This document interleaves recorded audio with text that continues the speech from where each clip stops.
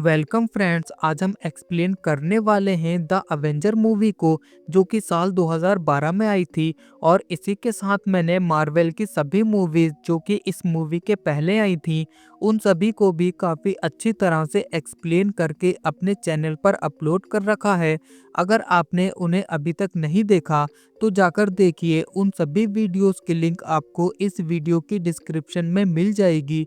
तो बिना किसी देरी के चलिए शुरू करते हैं। मूवी की शुरुआत में हम लोकी को देखते हैं, जो कि कॉस्मिक क्यूब यानी कि टेसरेक्ट के बारे में थाइनोस के एक साथी द अदर से बात कर रहा होता है, जो कि थाइनोस की चित्तौरी सेना का लीडर होता है। और तभी द अदर लोकी को एक वेपन देता है जो कि काफी शक्तिशाली था। जिसके बाद वो लोकी से कहता है कि वो टेसरेक्ट पृथ्वी पर है, इसलिए तुम वहां जाकर उसकी मदद से एक पोर्टल खोलोगे जिससे चित्तौरी सेना पृथ्वी पर आकर हमला कर सके, जिसके बाद पृथ्वी पर तुम्हारा राज होगा और इसके बदले तुम हमें वो टेसरेक्ट दोगे। जिसके बाद सीन शिफ्ट होता है निक फ्यूरी पर, जो कि शील्ड के एक बेस पर आते हैं। और तभी कॉल्सन निक को बताता है कि टेसरेक्ट में कुछ दिनों से काफी अजीब सी हलचल हो रही है। वहीं निक जैसे ही टेसरेक्ट के पास पहुंचते हैं कि तभी डॉक्टर सेल्विक निक को बताते हैं कि ये टेसरेक्ट अपने आप ही एक्टिवेट हो गया है और अब इसमें से लगातार गामा रेडिएशन की किरणें निकल रही हैं। और उसी टाइम उस टेसरेक्ट में से काफी तेज रोशनी निकलती है। और तभी लोकी वहां पहुंच जाता है उस टेसरेक्ट को लेने के लिए। लेकिन तभी वहां मौजूद शील्ड के कुछ सैनिक लोकी का सामना करने के लिए आते हैं। लेकिन लोकी, जो कि एक देवता होता है, वो अपने वेपन से पल भर में ही वहां मौजूद सभी सैनिकों को मार देता है। जिसके बाद वो अपने वेपन की मदद से डॉक्टर सेल्विक और बार्टन को अपने साथ मिला लेता है। वहीं निक फ्यूरी लोकी को रोकने की पूरी कोशिश करता है, लेकिन लोकी बड़ी ही आसानी से उस टेसरेक्ट को लेकर सेल्विक और बार्टन के साथ वहां से निकल जाता है। जिसके बाद हम देखते हैं कि निक फ्यूरी कुछ लोगों से बात करता है और उन्हें बताता है कि लोकी उस टेसरेक्ट के साथ कुछ बड़ा करने वाला है और शायद इससे हमारी ये दुनिया खत्म भी हो सकती है। इसलिए हमें उस टेसरेक्ट को किसी भी हाल में वापस लाना होगा और इसके लिए हमें अपने एवेंजर इनिशिएटिव प्रोग्राम को फिर से शुरू करना होगा। और तभी निक फ्यूरी कॉल लगाता है सीधा कॉल्सन को और उससे कहता है कि सभी एवेंजर्स को वापस लेकर आओ। जिसके बाद कॉल्सन नताशा को कॉल करके बताता है कि निक को सभी एवेंजर्स की जरूरत है। ये सुनकर नताशा अब पहुंच जाती है इंडिया के कोलकाता शहर में, जहां ब्रूस सभी लोगों से छिपकर एक नॉर्मल जिंदगी जी रहा था। और तभी नताशा ब्रूस के पास आकर उससे कहती है कि निक फ्यूरी को तुम्हारी जरूरत है, क्योंकि टेसरेक्ट चोरी हो गया है और उसे चुराने वाला इस ग्रह का नहीं है। इसलिए निक चाहते हैं कि तुम उस टेसरेक्ट को ढूंढने में उनकी मदद करो। जिसके बाद सीन शिफ्ट होता है कॉल्सन पर, जो कि सीधा टोनी स्टार्क यानी कि आयरन मैन के पास पहुंचता है और उससे कहता है कि इस दुनिया पर बहुत ही जल्द काफी बड़ी मुसीबत आने वाली है। इसलिए निक फ्यूरी ने अपने अवेंजर इनिशिएटिव प्रोग्राम को फिर से चालू करने का फैसला लिया है।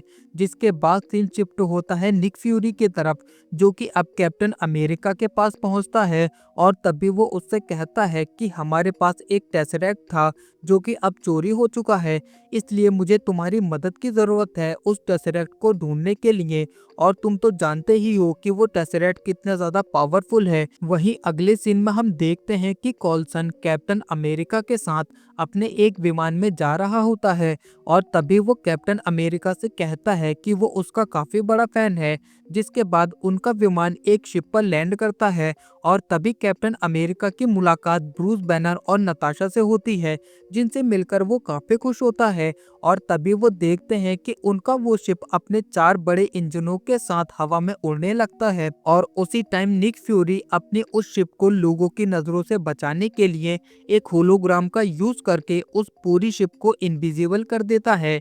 जिसके बाद सीन शिफ्ट होता है डॉक्टर सेल्विक की तरफ, जो कि लोकी से कहते हैं कि ये टेसरेक्ट बहुत ही ज्यादा पावरफुल है और इसकी एनर्जी को बैलेंस करने के लिए मुझे एक खास धातु इरिडियम की जरूरत है, जो कि सिर्फ उल्कापिंड में मिलती है। और उसी टाइम बार्टन उनसे कहता है कि वो इरिडियम हमें जर्मनी में मिलेगा। जिसके बाद हम देखते हैं कि लोकी और बार्टन अब पहुंच जाते हैं सीधा जर्मनी। और तभी इस बात की खबर शील्ड एजेंसी में बैठे निक फ्यूरी को भी लग जाती है। जिसके बाद वो कैप्टन से कहता है कि तुम्हें अभी जर्मनी के लिए निकलना होगा। और तभी कैप्टन अपना नया सूट पहनता है जिसमें कॉल्सन ने कुछ बदलाव भी किए थे। जिसके बाद सीन शिफ्ट होता है जर्मनी में, जहां अभी एक पार्टी चल रही होती है। लेकिन तभी लोकी उस पार्टी में आकर उस आदमी पर हमला कर देता है जिसके पास वो इरिडियम था। और तभी वो अपने एक डिवाइस को सीधा उसकी आंख में लगाता है और तभी उसकी आंख का होलोग्राम सीधा बार्टन के पास पहुंचता है, जिससे वो सेफ खुल जाता है। और तभी बार्टन उस इरिडियम को लेकर वहां से निकल जाता है। जिसके बाद हम लोकी को देखते हैं जो कि हमेशा से एक राजा बनना चाहता था। और तभी वो वहां मौजूद सभी लोगों को डराने लगता है और उन सभी से अपने सामने झुकने के लिए कहता है। लेकिन तभी एक आदमी लोकी के सामने झुकने से मना कर देता है और उससे कहता है कि हम तुम्हारे सामने कभी नहीं झुकेंगे। ये देखकर लोकी को गुस्सा आता है और तभी वो अपनी छड़ी से उस आदमी पर हमला करता है। लेकिन उसी टाइम कैप्टन अमेरिका वहां आकर लोकी के इस हमले को रोक लेता है। जिसके बाद वो लोकी से कहता है कि तुम मेरे होते हुए इस दुनिया पर कभी भी कब्जा नहीं कर पाओगे। और तभी हमें देखने को मिलती है उन दोनों के बीच एक जोरदार फाइट, जिसमें वो दोनों ही एक दूसरे को हराने की कोशिश करते हैं। लेकिन लोकी कहीं ना कहीं कैप्टन पर भारी पड़ रहा था। लेकिन तभी हम देखते हैं कि आयरन मैन भी अब वहां पहुंच जाता है कैप्टन अमेरिका की मदद के लिए। वहीं लोकी उन दोनों के सामने टिक नहीं पाता और तभी वो अपने आप को उनके हवाले कर देता है। जिसके बाद वो लोकी को अपने साथ शील्ड वापस लाने लगते हैं। लेकिन तभी आसमान में काफी तेज बिजली चमकने लगती है और जैसे ही उनके प्लेन का दरवाजा खुलता है कि तभी वहां थॉर आकर लोकी को अपने साथ ले जाता है। और तभी आयरन मैन और कैप्टन उनके पीछे जाते हैं। वहीं थॉर लोकी से कहता है कि वो टेसरेक्ट कहाँ है, जिस पर लोकी थॉर से कहता है कि उसने उस टेसरेक्ट को उसकी सही जगह भेज दिया है और अब मैं उसकी मदद से पृथ्वी पर कब्जा करने वाला हूँ। ये सुनकर थॉर को गुस्सा आता है और तभी वो लोकी को मारने के लिए अपने हथौड़े को उठाता है। लेकिन जैसे ही वो उसे मारने वाला होता है कि तभी आयरन मैन वहां आकर थॉर पर हमला कर देता है और तभी वो दोनों आपस में फाइट करने लगते हैं। वहीं इनकी ये फाइट चल ही रही होती है कि तभी वहां कैप्टन अमेरिका भी आ जाता है और तभी वो थॉर से उसके हथौड़े को नीचे रखने के लिए बोलता है। ये देखकर थॉर को गुस्सा आता है और तभी वो अपने हथौड़े से कैप्टन पर हमला करता है। लेकिन तभी कैप्टन अपने शील्ड को आगे कर देता है और जब थॉर का हथौड़ा उस शील्ड से टकराता है तो वहां एक काफी बड़ा धमाका होता है, जिससे वो दोनों काफी दूर जाकर गिरते हैं। और तभी कैप्टन थॉर से कहता है कि हम सबका मकसद एक ही है। जिसके बाद हम देखते हैं कि वो अब लोकी को उस शील्ड की शिप में वापस ले आते हैं। और तभी निक फ्यूरी लोकी को एक ऐसे सेल में डालता है जो कि काफी मजबूत होता है। वहीं कैप्टन अमेरिका उन सभी से कहता है कि लोकी कुछ बड़ा करने वाला है और शायद इसीलिए उसने इतने आसानी से अपने आप को हमारे हवाले कर दिया।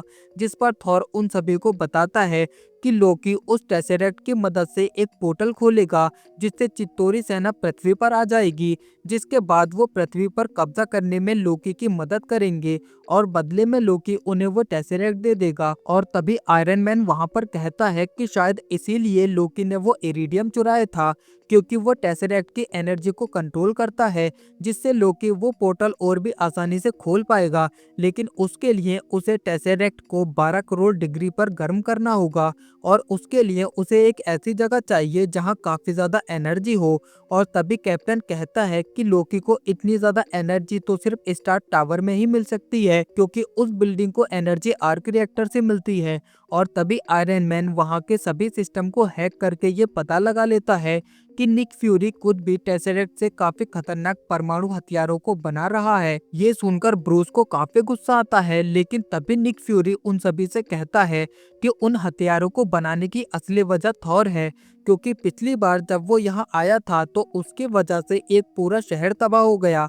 और तभी हमें पता चला कि हमारे दुश्मन पृथ्वी के बाहर भी हैं, जो कि कभी भी आकर हम पर हमला कर सकते हैं। इसलिए मैंने टेसेरेक्ट से उन हथियारों को बनाना शुरू किया। वहीं नताशा लोकी के पास आती है ताकि वो ये पता लगा सके कि लोकी ने खुद को इतनी आसानी से हमारे हवाले क्यों किया, और तभी वो लोकी को अपनी बातों में फंसाकर ये पता लगा लेती है कि लोकी अपने मिशन को पूरा करने के लिए ब्रूस का इस्तेमाल करने वाला है। जिसके बाद हम बार्टन को देखते हैं जो कि अपने कुछ साथियों के साथ शील्ड के उस एयरक्राफ्ट के पास पहुंच जाता है, और तभी वो अपने एक तीर को उस एयरक्राफ्ट के इंजन नंबर 3 पर मार देता है, जिससे वहां काफी बड़ा ब्लास्ट होता है और उसकी वजह से अब इंजन नंबर 3 काम करना बंद कर देता है, जिससे उनकी ये शिप अब धीरे धीरे नीचे गिरने लगती है। जिसके बाद हम ब्रूस को देखते हैं जो कि उस धमाके के बाद अब हल्क बनने लगता है, लेकिन तभी नताशा उससे कहती है कि तुम्हें अपने गुस्से को कंट्रोल करना होगा। लेकिन तभी हम देखते हैं कि ब्रूस अब हल्क में बदल जाता है और अब वो उस पूरी शिप में तोड़फोड़ करने लगता है। जिसके बाद वो नताशा को मारने के लिए उसके पीछे आता है, और जैसे ही वो नताशा को मारने वाला होता है कि तभी थॉर वहां आकर उसे रोक लेता है। ये देखकर हल्क को काफी गुस्सा आता है और तभी वो थॉर से फाइट करने लगता है, जिसमें हमें देखने को मिलती है उन दोनों के बीच एक जोरदार फाइट, जिसमें वो दोनों ही अपनी अपनी पावर से एक दूसरे को हराने की कोशिश करते हैं। लेकिन तभी एक फाइटर जेट ब्रूस पर गोलियां चलाने लगता है। ये देखकर ब्रूस को गुस्सा आता है और तभी ब्रूस उस फाइटर जेट पर जाकर उसे तोड़ने लगता है, जिससे वो फाइटर जेट नीचे गिरने लगता है, और इसी के साथ ब्रूस भी उस फाइटर जेट के साथ नीचे गिर जाता है। जिसके बाद हम बार्टन को देखते हैं जो कि अब उस एयरक्राफ्ट के अंदर आ जाता है, और तभी वो अपने तीर से उस एयरक्राफ्ट के दूसरे इंजन को भी बंद कर देता है, जिससे वो एयरक्राफ्ट और भी तेजी से नीचे गिरने लगता है। लेकिन तभी वहां नताशा आकर बार्टन से फाइट करने लगती है, और तभी वो देखती है कि बार्टन अभी भी पूरी तरह से लोकी के वश में है, और तभी वो बार्टन को एक जोरदार किक मारती है, जिससे बार्टन वहीं पर बेहोश हो जाता है। जिसके बाद हम थॉर को देखते हैं जो कि सीधा लोकी के पास आता है, लेकिन तभी थॉर देखता है कि लोकी अब आज़ाद हो चुका है, और तभी वो उसे रोकने जाता है। लेकिन तभी लोकी अपनी जादुई शक्तियों का यूज करके थॉर को उसी चैम्बर में लॉक कर देता है, और लोकी जैसे ही उस चैम्बर को नीचे गिराने वाला होता है कि तभी कॉल्सन वहां आ जाता है फेज 2 की एक गन को लेकर, और कॉल्सन जैसे ही लोकी को मारने वाला होता है कि तभी लोकी अपनी जादुई शक्तियों का इस्तेमाल करके कॉल्सन को वहां पर घायल कर देता है। जिसके बाद वो थॉर को उस चैम्बर के साथ ही उस एयरक्राफ्ट से नीचे गिरा देता है, और वो चैम्बर जैसे ही जमीन पर गिरने वाला होता है कि तभी थॉर अपने हथौड़े की मदद से उस चैम्बर से बाहर आ जाता है। वहीं हम देखते हैं कि शील्ड का वो एयरक्राफ्ट जो कि काफी तेजी से नीचे गिर रहा होता है, वहीं दूसरी तरफ कैप्टन अमेरिका और आयरन मैन उस इंजन को ठीक करने की कोशिश करते हैं, और तभी आयरन मैन देखता है कि धमाके की वजह से वो इंजन जाम हो गया है। जिसके बाद आयरन मैन अपनी पूरी पावर के साथ उस इंजन को स्टार्ट करने की कोशिश करता है, और काफी मेहनत करने के बाद वो इंजन स्टार्ट हो जाता है। जिसके बाद हम लोकी को देखते हैं जो कि एक प्लेन में बैठकर वहां से निकल जाता है। वहीं निक फ्यूरी सीधा कॉल्सन के पास आता है और उससे कहता है कि हम तुम्हें कुछ नहीं होने देंगे। लेकिन तभी हम देखते हैं कि लोकी के हमले से कॉल्सन की वहां पर जान चली जाती है, और तभी निक फ्यूरी सभी को बताता है कि कॉल्सन अब हमारे बीच नहीं रहा। वहीं ये बात सुनकर सभी लोग काफी दुखी हो जाते हैं, और तभी निक उन सभी से कहता है कि कॉल्सन का एक ही सपना था कि अवेंजर इनिशिएटिव प्रोग्राम फिर से शुरू हो, और तभी कैप्टन आयरन मैन से कहता है कि हमें लोकी को किसी भी हाल में रोकना ही होगा। और उसी टाइम आयरन मैन को याद आता है कि लोकी को वो पोर्टल खोलने के लिए काफी ज्यादा एनर्जी की जरूरत है, जो कि उसे सिर्फ स्टार टावर में ही मिल सकती है। और तभी आयरन मैन वहां से निकल जाता है, और जैसे ही वो स्टार टावर पहुंचता है कि तभी वो देखता है कि डॉक्टर सेल्विक ने टेसेरेक्ट को उस मशीन के अंदर लगा दिया है जो कि उस पोर्टल को भी खोल सकती थी। और तभी आयरन मैन सेल्विक से उस मशीन को बंद करने के लिए कहता है, जिस पर सेल्विक का कहना था कि अब इस मशीन को बंद नहीं किया जा सकता। और उसी टाइम वहां लोकी भी पहुंच जाता है जो कि आयरन मैन से कहता है कि अब कुछ ही देर में चित्तौरी सेना यहाँ आ जाएगी और तभी उस मशीन से काफी तेज रोशनी निकलने लगती है जो कि सीधा आसमान में जाती है, जिसके बाद वो पोर्टल ओपन हो जाता है और उस पोर्टल के खुलते ही चित्तौरी सेना हमारी दुनिया में आने लगती है। वहीं आयरन मैन जब ये देखता है तो वो उन सभी को रोकने के लिए जाता है और तभी वहाँ कैप्टन अमेरिका बार्टन और नताशा के साथ पहुंच जाता है, जिसके बाद वो देखते हैं कि चित्तौरी सेना अब उनके पूरे शहर को तबाह करने लगती है। वहीं हम थॉर को देखते हैं जो कि सीधा लोकी के पास पहुंचता है और उससे कहता है कि उसे अभी इस पोर्टल को बंद करना होगा, लेकिन लोकी उस पोर्टल को बंद करने से मना कर देता है। ये देखकर थॉर को गुस्सा आता है और तभी वो लोकी से फाइट करने लगता है। वहीं हम कैप्टन अमेरिका बार्टन और नताशा को देखते हैं जो कि अब चित्तौरी सेना से फाइट करने लगते हैं, लेकिन उसी टाइम उस पोर्टल से चित्तौरी सेना की एक काफी बड़ी वॉरशिप निकलती है जिसके अंदर चित्तौरी सेना के काफी सारे सैनिक मौजूद होते हैं और तभी आयरन मैन उस वॉरशिप को रोकने के लिए जाता है, जिसके बाद हम देखते हैं कि ब्रूस भी अब वहां पर पहुंच जाता है। वही कैप्टन आयरन मैन को बताता है कि ब्रूस यहां पहुंच चुका है, जिसके बाद वो ब्रूस से कहता है कि तुम्हारे लिए यही सही टाइम है गुस्सा होने का, जिस पर ब्रूस उनसे कहता है कि यही तो मेरा राज है कि मैं हमेशा गुस्से में ही रहता हूँ। और तभी हम देखते हैं कि ब्रूस अब हल्क में बदल जाता है और तभी आयरन मैन उस वॉरशिप को हल्क की तरफ लेकर आता है, जिसके बाद हल्क अपने एक ही मुक्के से उस पूरी वॉरशिप को तोड़ देता है। लेकिन तभी उस पोर्टल से और भी वॉरशिप हमारी दुनिया में आने लगती हैं, जिसके बाद हम देखते हैं कि अब अवेंजर्स की पूरी टीम चित्तौरी सेना से लड़ने लगती है और अब हमें देखने को मिलती है इस मूवी की सबसे शानदार फाइट, जिसमें पूरी अवेंजर्स टीम चित्तौरी सेना से फाइट करती है और उन सभी को काफी बुरी तरह से मारती है। जिसके बाद हम देखते हैं कि हल्क सीधा लोकी के पास आता है और तभी लोकी हल्क से उसके सामने झुकने के लिए बोलता है। ये देखकर हल्क को गुस्सा आता है और तभी वो लोकी को वहां पर उठा उठाकर पटकने लगता है, जिससे लोकी वहीं पर बेहोश हो जाता है। और तभी हम डॉक्टर सेल्विक को देखते हैं जो कि अब होश में आ चुके थे और तभी वो देखते हैं कि चित्तौरी सेना अब हर जगह तबाही मचा रही है और उसी टाइम वहां नताशा भी आ जाती है जो कि सेल्विक से कहती है कि इस पोर्टल को बंद करने का कोई तो रास्ता होगा, जिस पर सेल्विक नताशा को बताता है कि इस पोर्टल को सिर्फ लोकी की छड़ी से ही बंद किया जा सकता है। वहीं दूसरी तरफ निक फ्यूरी काउंसिल के सभी मेंबर से बात कर रहा होता है और तभी वो फ्यूरी से कहते हैं कि अब इस सब को रोकने का एक ही रास्ता है, हमें उस जगह परमाणु बम गिराना होगा जिससे वो पोर्टल भी बंद हो जाएगा। लेकिन निक फ्यूरी ऐसा करने से मना करता है क्योंकि उसे अपने अवेंजर्स की टीम पर पूरा भरोसा था। लेकिन तभी एक फाइटर जेट उस जगह परमाणु बम डालने के लिए निकल जाता है। वहीं निक फ्यूरी जब ये देखता है तो वो इसके बारे में सीधा आयरन मैन को बताता है और तभी आयरन मैन उस फाइटर जेट को रोकने के लिए जाता है। वहीं नताशा लोकी की छड़ी को लेकर सीधा टेसरेक्ट के पास पहुंच जाती है और तभी वो सभी को बताती है कि वो इस पोर्टल को बंद कर सकती है।